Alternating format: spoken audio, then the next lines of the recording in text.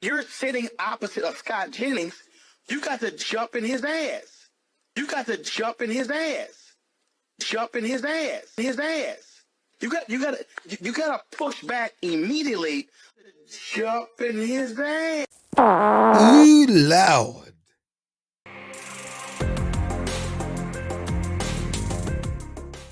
I gotta say, I wanted to come back to it, and I wanted to bring you a few minutes of Roly Poly Fatboy Martin. Roly Poly Fatboy Martin. Again, guys, man, he is nothing but a race better. He's saying that these white GOP members, they're wanting to call Jasmine Crockett the N-word. And again, man, I'm not saying that this Jasmine Crockett doesn't act ghetto. She does. I don't believe she really is ghetto. But she does act that way. Now, nobody else, none of these people said they wanted to call Jasmine Crockett the N-word. None of them did. They're not even close to it. But see, anytime anyone white has criticism of anyone black, especially a black female that is in politics, it's automatically racist. Automatically. And it's no different here. Roland Martin is trying to give everyone worked up about all these racist white people who want to call Jasmine Crockett something, according to him. But they're not doing it. But they want to, according to him. Watch. Ooh, loud. Madam Chairwoman, I would ask unanimous consent. I seek unanimous consent to enter into the record the 2018... Without objection, so ordered. And Madam Chair, I also seek unanimous consent to enter into the record the 2019 report titled Modernizing the Nation's Public Alert and Warning System from Trump's... Without objection, so ordered. In the report, FEMA encouraged, quote, the use of public broadcast capabilities to expand alert, warning, and communication capabilities to fill gaps in rural and underserved areas. Mr. Ullman, what's a more significant domestic threat, reporting the murder of George Floyd or dismantling most of America's emergency communication systems? Can you please repeat the question for me, Congresswoman? Which one is more of a threat, reporting the murder of George Floyd or dismantling most of America's emergency communication systems? Dismantling the emergency systems. And isn't it true that in Barrow, Alaska, is the only... isn't it true that KBRW-AM in Barrow, Alaska is the only broadcast service available in an area of more than 90,000 square miles? That is correct. It's also the North Slope, where the majority of all the oil production that comes from Alaska takes place. Thank you so much. And see again, man, here's what another issue is. They automatically are saying, hey, look, we're going to shut down. We're going to shut down the national emergency broadcast, whatever. No, they're not. Again, what they're doing is they're trying to focus on something, saying, hey, look, that's part of it right here. Well, guess what? They'll put something else in place where they'll have emergency broadcasting or whatever, and where they need to. But they're not going to do away with that. They're not going to get rid of that. Again, what they're doing is they're trying to spin things because, in order to say, hey, look, man, if we get rid of this, they're also going to get rid of that. So you better not get rid of this, or there's not going to be any funding or anything going towards letting people know in rural areas of a disaster. And that's just not real. That is not real at all. As a matter of fact, man, we live in a different era than we lived in many years ago. We live in an area where, again, man, I'm from the South, and I live in the South still.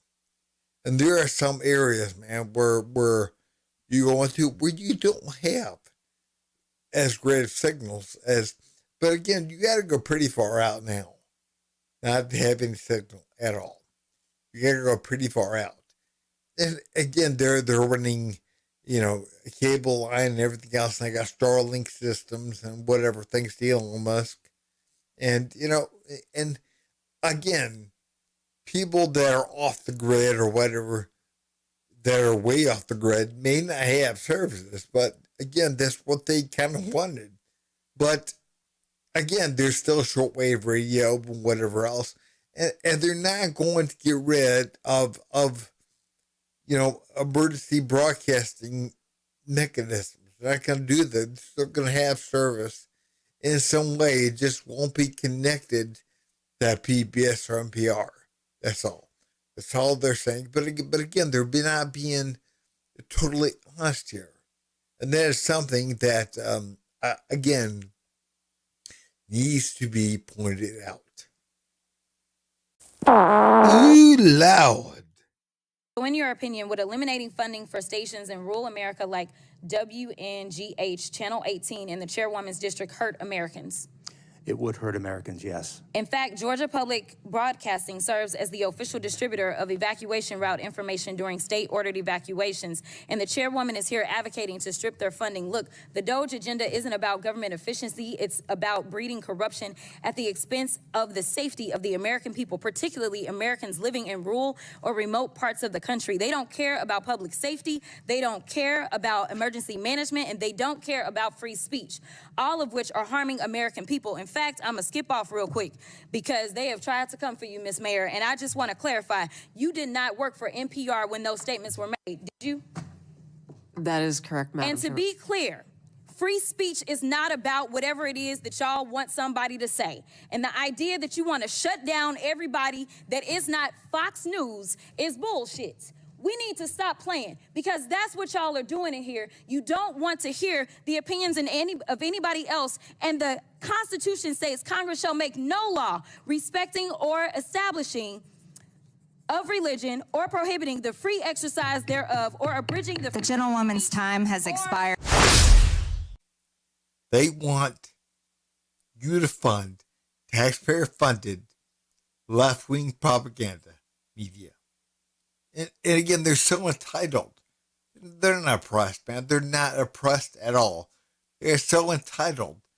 They get mad if you don't give them money to have a left-wing propaganda network.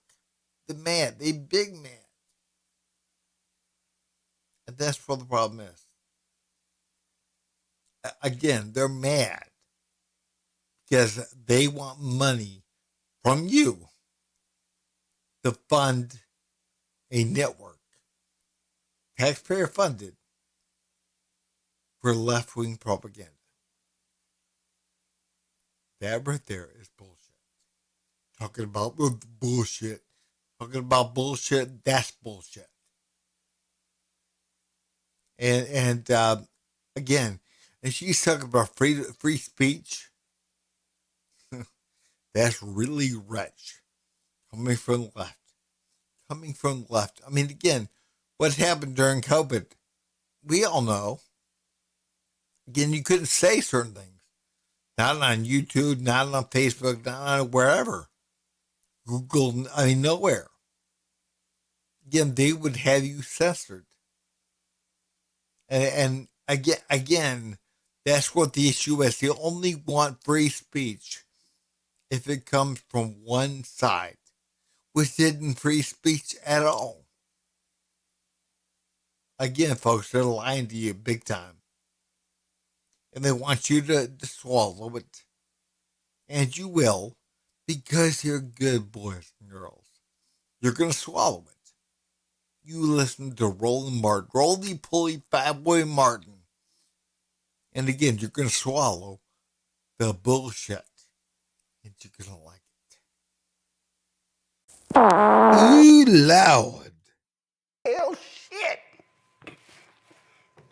Handle your business, Jasmine. I'm so sick and tired of these damn racists, Joy. And that's what they are. They racist. All of you get out, you get out. That's all it is. They want to say the N-word so bad.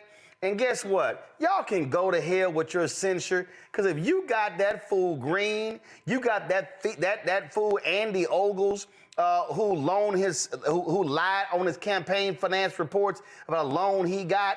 You got the racist congressman there from Arizona. They could all go straight to hell. And so you gonna come for Jasmine Crockett? You coming for all of us?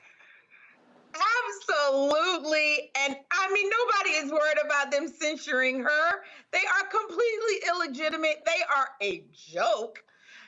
And frankly, if you do that, it's only going to mean more people are going to give to her. It's only going to increase her popularity. It's only going to make sure more people are listening to her and receiving her message. So do what you will.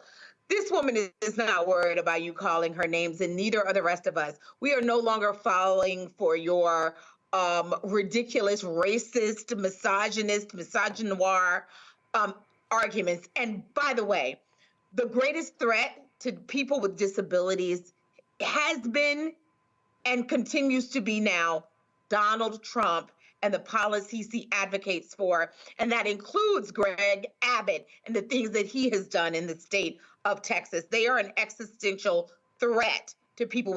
Ooh, Lord. With that cowboy hat on, the white cowboy hat and white cowboy shirt, you look like a big old fat piece of shit laying there in the backyard. Big old piece of dog shit laying there in the backyard that's starting to turn white from age. And again, that's what's happening to you. You are turning what you call white. Because again, white people, according to you, have white privilege. Again, they can say and do whatever they want, and there's no consequences for it. I mean, here you are sitting on your little network that you built, and all props to you. I'm glad you did.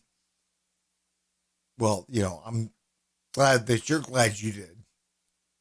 But you built your network in a racist country that doesn't allow black people to get ahead. But you did. And you're black and kind of white. Again, you're making your money off the backs of people that tune in to your station. They want you. And they hang on your every word. You're right. Oh, you're right. You're so right. And you take advantage of these people. And again, the majority of the people that listen to your show, they're not too smart. I mean, I'm sorry, but they're not. And they don't question. Well, geez, their things are so bad. Their things are so unfair. How did Fat Boy make it? How did Fat Boy get rich? How? But again, they don't question that because they don't think about that. It's kind of like I heard a long time ago somebody say, black people, they did, not all black people, but some, they didn't question Jesse Jackson or Al Sharpton or any of these Louis Farrakhan, but any of these idiots out there. They didn't question them. They didn't think to themselves, wait a minute, the things are so bad and there's so much oppression, but yet these guys are allowed to walk around, say whatever the hell they want, get you all worked up, get us all worked up and hating each other, making all kinds of money off this stuff, and no, with no pushback almost, because white people are still, well, they feel so guilty because of their whiteness and whatever. Man, I ain't that kind of white guy. I ain't that kind of white man. I tell you to go after yourself. Again, the thing is, man, you believe that the right wingers, they want to call Jasmine Crockett the N-word. They don't. And again, it's all in your head. You think they know. Have you asked them? Have they told you? Oh, yeah, we want to call her N-word. We hate her. She black. No. She's a ridiculous young woman who says ridiculous things in order to get media attention. And again, so do you. That's what you built your whole platform on. Yeah. So again, Martin, man, nobody, I guarantee you, nobody is thinking to themselves, oh, the N-word. They're not thinking that at all. Ooh, loud. Of course, you always got these loudmouth folk who show their asses, such as Michael Rappaport, Jolanda. And so he responded to my tweet where he called her a race hustler. And so this is what he posted. Let's be real clear. Michael Rappaport, you're not funny. You're not an interesting comedian. No way in hell I will even go see one of your shows. He goes, she's a low life for that alone, besides the list of all of her other race hustling con work. But that comment puts her in the Michael Rappaport official shitbag list. Michael Rappaport, you ain't even relevant enough to have a list. But who is Michael Rappaport? And there you go. You've been to sports events, they're like, who's he? Well, that's what I have to say to him, first of all. Second of all, I have to say that sometimes you have to speak non-Queen's English in order to make your point. Third of all, they're jealous of her. They're jealous of the attention she gets. And since their intelligence doesn't afford them a grand vocabulary, then they have to try to do put downs like they're doing with her. I can't help it that the woman speaks in sound bites. I can't help it that the woman connects with people with our most base fears. I can't help it if she is not afraid to say what most people are terrified to say. And I know with older Black people who experience Jim Crow and segregation and lynchings, they appreciate that a Black woman is in the halls of Congress and can talk back to these white folks that were oppressing us. And guess what? They saying, keep on doing it, Jasmine. Ooh, loud. So, but who in the hell are you? Who in the hell are you? And again, who in the hell is Roland Martin to a lot of people? Nobody. I mean, I'm not saying I'm somebody to a lot of people, but I'm making the point that you don't have to be you. You don't have to be anybody. Nobody's nobody to have an opinion. You can be anyone and have an opinion, because nobody is nobody. Nobody's better than anyone else. And again, talking about thinking white people all think they're better. Look at you folks. You think you're so much better than everyone else. You're not. You're not better than anyone. As a matter of fact, you're worse. Because you're sitting there, again, on your high horse, every single one of you. The thing is, man, again, this lady talking about Jim Crow. You know, white Black people, that older Black folks, man, they love that this Black woman is saying whatever she wants to say. So it takes no courage at all nowadays to say anything bad about white people, or say anything about, they're racist or this or that, or whatever. Make up whatever things you want to make up. And that's what it's all made up. And it takes no courage to say it. None. It takes courage to say something against it, but not for it. Because again, in today's age, Black people, they pat you on the back for saying whatever. And white people pat you on the back because they don't want to be seen as racist. And so they pat you on the back too. Oh, you do that. Inside they're like, Yeah. Again, you people are utterly ridiculous. And no, I'm not talking about all black people or, anyone. I'm talking to the black race baiters and the white people that go along with it. It's nothing but a sham. Race baiting sham. And Michael is right. Ooh, Lord. Here's what's important about what Congresswoman Crockett does. She might get you because she is probably one of the best with comebacks, but she's talking about policy failures for them. I can't help it that she says it in a way that people believe it. Right. And when you speak, it's falling on deaf ears. Something else. She's fighting for the vulnerable. She was at the HRC, which is an advocacy group for LGBT people. Trump and Governor Abbott come for gay people, so she fighting for them. And it's Republican hypocrisy. Right. When they stand up, they disrespect President Obama. They disrespected Joe Biden. And Jasmine says something. And all of a sudden, it's an act of war. Listen. Trump called every governor names. He said here, he called Gavin Newsom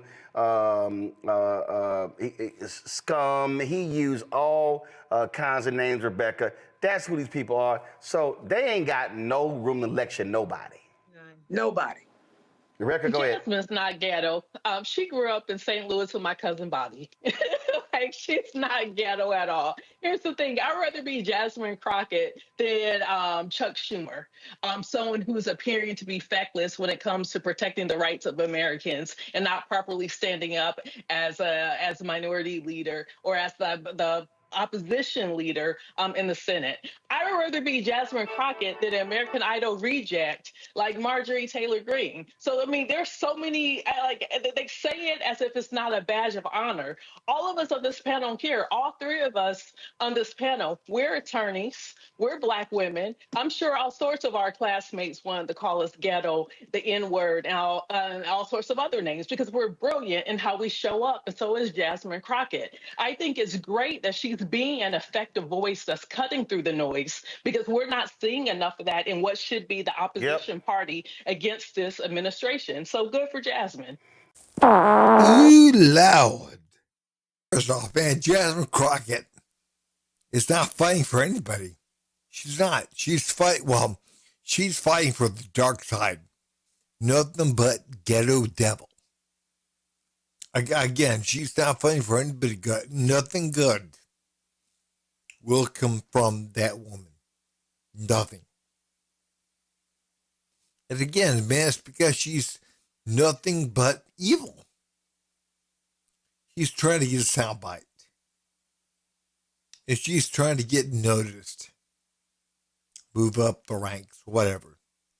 And nothing about her says serious politician. And again, she's doing so she can move ahead. Because again, that's all the Democrats do. There's nothing about them. And again, you can say Trump called people names or whatever. And again, Trump gave it back to people that gave it to him. And that's what happened. And you dumb folks know it. That's what happened. And again, you have no comeback. You have nothing to say about that because it's true. And again, you went after the guy too. The guy the court. What he was facing up to what, like 700 years or whatever at one point. Some kind of ridiculous number. I mean, again, you guys have done nothing but try to smear him, go after him, do whatever you can. And guess what? The man who's, 78, 79 years old, is still standing. Again, you guys basically shot him.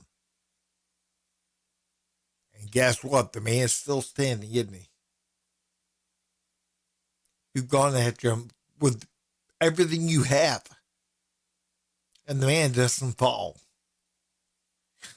And that's why you guys are doing what you're doing right now. Because again, you had nothing. You had nothing. Roland, man, you're nothing but a fat little piece of shit. and you ladies on the panel, you're nothing. You're nothing at all. Talking about the racist white people that oppressed us and held us down and whatever. And shut the fuck up. Ain't nobody did nothing to you. Nothing at all. And again, who you talking about? You talking about your neighbors across the street, the white neighbors? What did they do? They hold you down. They oppressed you. You drive around your BMW and your Lexus and whatever. They beat you down? Is that what happened? They enslaved you?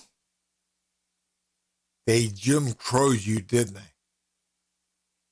Yeah. And you're out there saying whatever you want to say because, again, you had nothing. You had nothing. And Jasmine Crockett, she has nothing. She riles up people, the same people that you rile up. That, again, that believe they're oppressed because of the white man.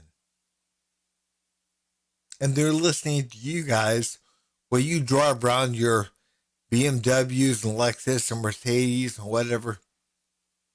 And they have your networks and law offices and everything else. I mean, again, you guys are the poster child, the poster children of success in America. Yet, you're out there yelling about how oppressed you are. Your jokes. And if the audience ever thought to themselves, wait a minute. They're telling me that I'm oppressed and that I can't make it. But every single one of you are college educated. You have the post-educated, post-college, law degrees and whatnot.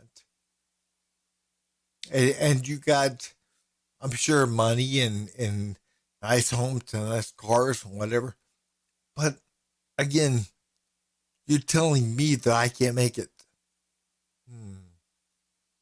Yeah, it sounds like you want to make money off telling me that I can't make it. But those folks, man, they're gonna tune into you because they want to feel like they have somebody on their side. And you ain't on their side. You've never been on their side at all. But you claim to be so you get their money. You folks are ridiculous. That is what you are. But hey guys, look, if you would subscribe, like, and comment down below. Thanks.